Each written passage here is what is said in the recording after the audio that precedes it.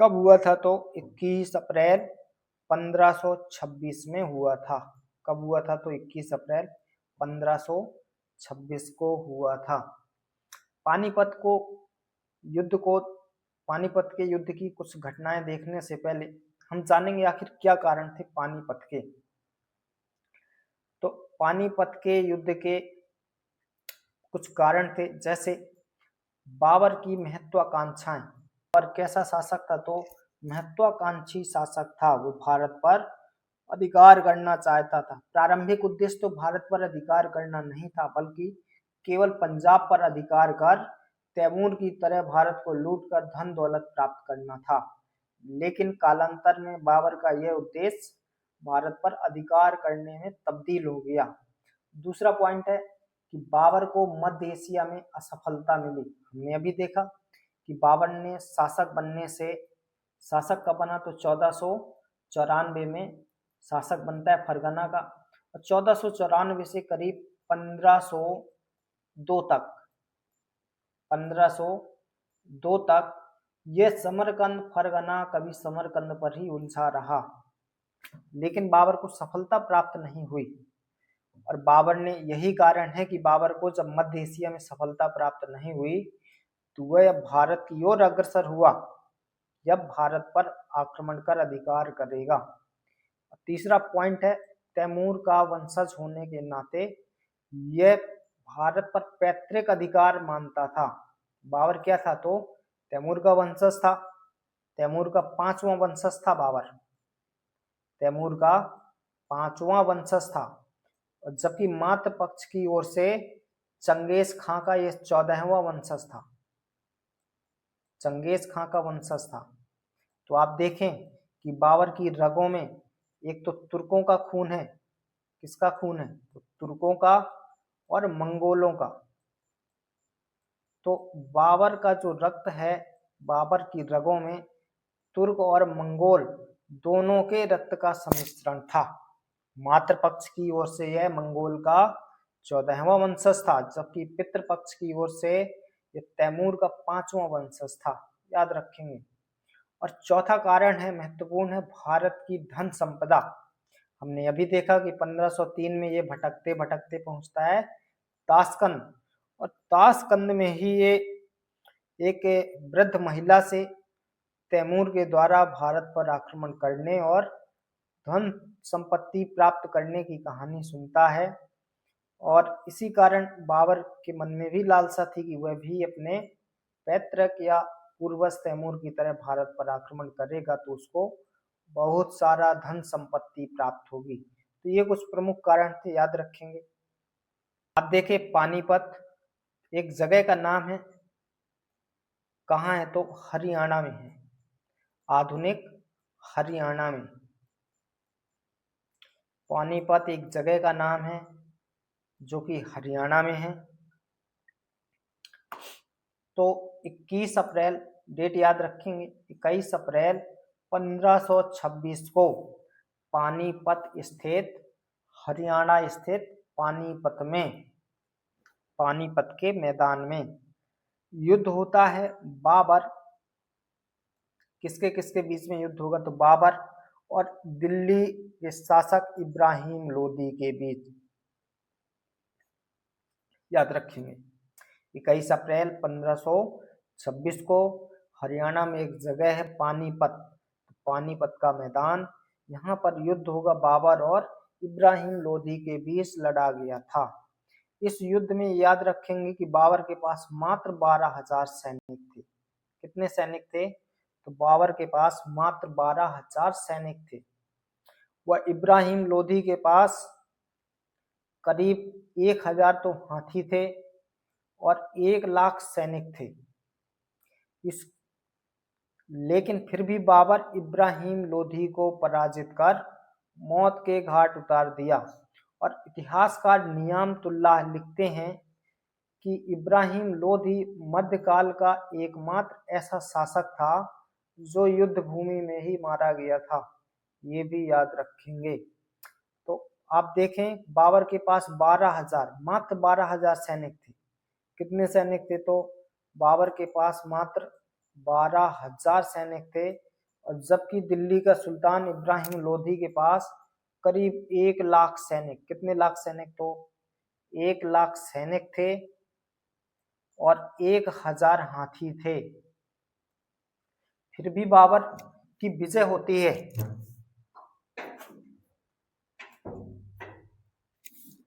फिर भी बाबर की विजय होगी। तो बाबर इसीलिए अपनी आत्मकथा तुजो के बाबरी में लिखता है कि भारत के अंगूरों और तंदूरों में दम नहीं है। क्या लिखता है बाबर? अपनी आत्मकथा में लिखता है तुजो के बाबरी में कि भारत के अंगूरों और तंदूरों में दम नहीं है। ये बाबर उल्लेख करता है। आप देखिए ना कि बाबर के पास मात्र 12,000 सैनिक थे, जबकि इब्राहिम लोदी के पास 1,000 तो हाथी थे और 1 लाख सैनिक थे। बाबर ये भी लिखता है अपनी आत्मकथा तुजो के बाबरी में कि भारत में कारीगरों की संख्या अधिक है लेकिन अकुशल हैं, ठीक वैसे ही भारत की सेना भी है। ये बाबर अपनी आत्मकथा में उल्लेख करता है। आगे देखें तो इस युद्ध में इब्राहिम लोदी मारा गया और इतिहासकार नियामतुल्लाह लिखते हैं कि यह युद्ध मध्यकाल का एकमात्र ऐसा सुल्तान था जो कि युद्ध भूमि में ही मारा गया। अब बाबर ने इस युद्ध में अपनी सेना को तुलगमा सैन्य पद्धति से जोड़ दी, तुलगमा सैन्य पद्धति से, और तोपों को रूमी पद्धति से जोड़ दी, रूमी पद्धति से। आगे हम रूमी और तुलगमा पद्धति को बहुत ही डिटेल में देखेंगे। तो आप ऐसे समझिए कि ये तुलगमा पद्धति को कि ये शत्रु सेना खड़ी है और ये बाबर की सेना है। तो बाबर अपनी सैन्य टुकड़ियों को ऐसे बांटता था, ऐसे, एक तो दाएं साइड सेना खड़ी करता था और एक बाएं साइड। तो तुलगमा सैन्य पद्धति में होता क्या था, तो बाबर की सेना ऐसे पीछे से चक्कर काटकर शत्रु सेना को घेर लेती थी। तो इसको क्या बोलते थे? तुलगमा सैन्य पद्धति। आगे देखें तो बाबर ने इस युद्ध में, या बाबर की युद्ध नीति रक्षात्मक से आक्रामक थी। कैसी थी? पूछ सकता है एग्जाम में, बाबर की युद्ध नीति कैसी थी? तो रक्षात्मक से आक्रामक थी। क्यों? क्योंकि ये जानकारी हमें तुलगुमा पद्धति से ही प्राप्त होती है। तुलगुमा में क्या थी? बाबर की सेना ऐसे खड़ी होती थी, बीच में बाबर था, किनारे में दाएं साइड और बाएं साइड की सेना, और ये सामने सेना खड़ी रहती थी। भाई ये तो रक्षात्मक हो गई। लेकिन तुलगुमा में क्या होता था? दाएं और बाएं साइड की सेना ऐसे पीछे चक्कर करके शत्रु सेना को घेर लेती थी। तो बाबर की युद्ध नीति कैसी थी? रक्षात्मक से आक्रामक रही। तो बाबर ने ही सर्वप्रथम इस युद्ध में क्या किया था? तो आसपास के जो जंगल थे उनसे लकड़ी कटवाकर करीब 700 बैलगाड़ियां बनवाई थी इस युद्ध में। हम देख रहे हैं पानीपत का युद्ध, और पानीपत के युद्ध की कुछ प्रमुख घटनाओं के बारे में, युद्ध के कुछ घटनाओं के बारे में। तो बाबर ने इस युद्ध में आसपास के जंगलों से लकड़ी कटवाकर करीब 700 बैलगाड़ियां बनवाई और उन्हें 50-50 के समूह में विभाजित किया। अब ये 700 गाड़ियां हैं, इनको 50-50 के समूह में विभाजित किया और इन बैलगाड़ियों को 14 पंक्तियों में खड़ा किया। ये बाबर की युद्ध नीति थी। तुलगुमा सैन्य पद्धति होगी और रूमी पद्धति, तोपों की एक युद्ध पद्धति थी रूमी। आगे देखेंगे तो बाबर के तोपखाने का प्रमुख इस युद्ध में उस्ताद अली कुली खां को बनवाया और वो मुस्तफा खां को। ये पूछता है एग्जाम में कि बाबर के तोपची, प्रसिद्ध तोपची थे तो उस्ताद अली कुली खां और उस्ताद मुस्तफा खां, याद रखेंगे। आगे देखें, बाएं हाथ के सेनापति, याद रखेंगे। मैंने अभी आपको बताया कि बाबर बीच में रहता था और बाएं दाएं सेना खड़ी रहती थी। तो बाबर के दाएं हाथ के सेनापति में उसका बड़ा पुत्र था हुमायूं और मेहदी ख्वाजा। क्या था? नहीं, ख्वाजा। तो ख्वाजा और हुमायूं बाबर के दाएं साइड के सेनापति थे, जबकि बाएं साइड के सेनापति में अब्दुल अजीज कोका था और उसी का बहनोई मेहदी ख्वाजा था। बाबर की एक बड़ी बहन थी खानजादा बेगम। खानजादा बेगम का ही पति था मेहदी ख्वाजा। तो बाएं हाथ के सेनापति में अब्दुल अजीज कोका और मेहदी ख्वाजा, ये दो सैनिक थे। और इस युद्ध में बाबर का साथ आलम खां लोधी ने दिया था। याद रखेंगे, आलम खां लोधी इब्राहिम लोधी का चाचा था। ये भी इब्राहिम लोधी से रुष्ट रहता था। इब्राहिम लोधी की आदतों से परेशान होकर ये बाबर की साइड में चला गया था। तो इस युद्ध में बाबर का साथ इब्राहिम लोधी के चाचा आलम खां लोधी ने दिया। तो वहीं इब्राहिम लोधी का साथ ग्वालियर के नरेश थे, अपने मध्य प्रदेश में ग्वालियर के नरेश थे विक्रमजीत। तो इन्होंने इब्राहिम लोधी का साथ दिया, जो कि अर्थात इब्राहिम लोधी का साथ देते हुए ग्वालियर नरेश विक्रमजीत मारे गए थे इस युद्ध में। बाबर ने ही भारत में सर्वप्रथम इसी युद्ध में बारूद व तोपों का प्रयोग किया था। ये भी याद रखेंगे फैक्ट कि बाबर ने ही भारत में सबसे पहले पानीपत के युद्ध में बारूद व तोपों का प्रयोग किया था। आगे देखें तो पानीपत के प्रमुख कारण ये हम देख चुके हैं, ये पीडीएफ बीच में आ गई। कुछ घटनाएं देखेंगे पानीपत के युद्ध के पश्चात की।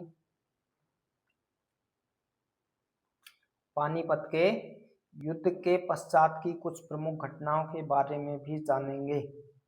जैसे बाबर इस युद्ध के पश्चात, जब बाबर युद्ध जीत गया 21 अप्रैल 1526 के पश्चात जब बाबर विजयी हो गया तो बाबर सबसे पहले दरगाह में गया कुतुबुद्दीन बख्तियार काकी और निजामुद्दीन औलिया की दरबार में। ये वही निजामुद्दीन औलिया है जिसको बलवन बोलता है कि मेरे वापस लौटने से पहले सारा का सारा खजाना राज की कोष में जमा हो जाना चाहिए। तो बलवन को निजामुद्दीन औलिया कहता है हुनूस दिल्ली दूरस्त, अर्थात हुजूर अभी दिल्ली दूर है। याद रखेंगे।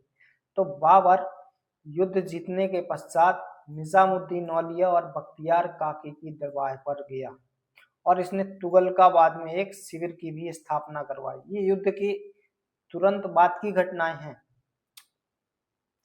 तथा दिल्ली व आगरा पर अधिकार करने के लिए दिल्ली पर अपने बहनोई मेहदी ख्वाजा को भेजा, वह दिल्ली पर अधिकार कर ले, और आगरा पर अपने पुत्र हुमायूं को भेजा।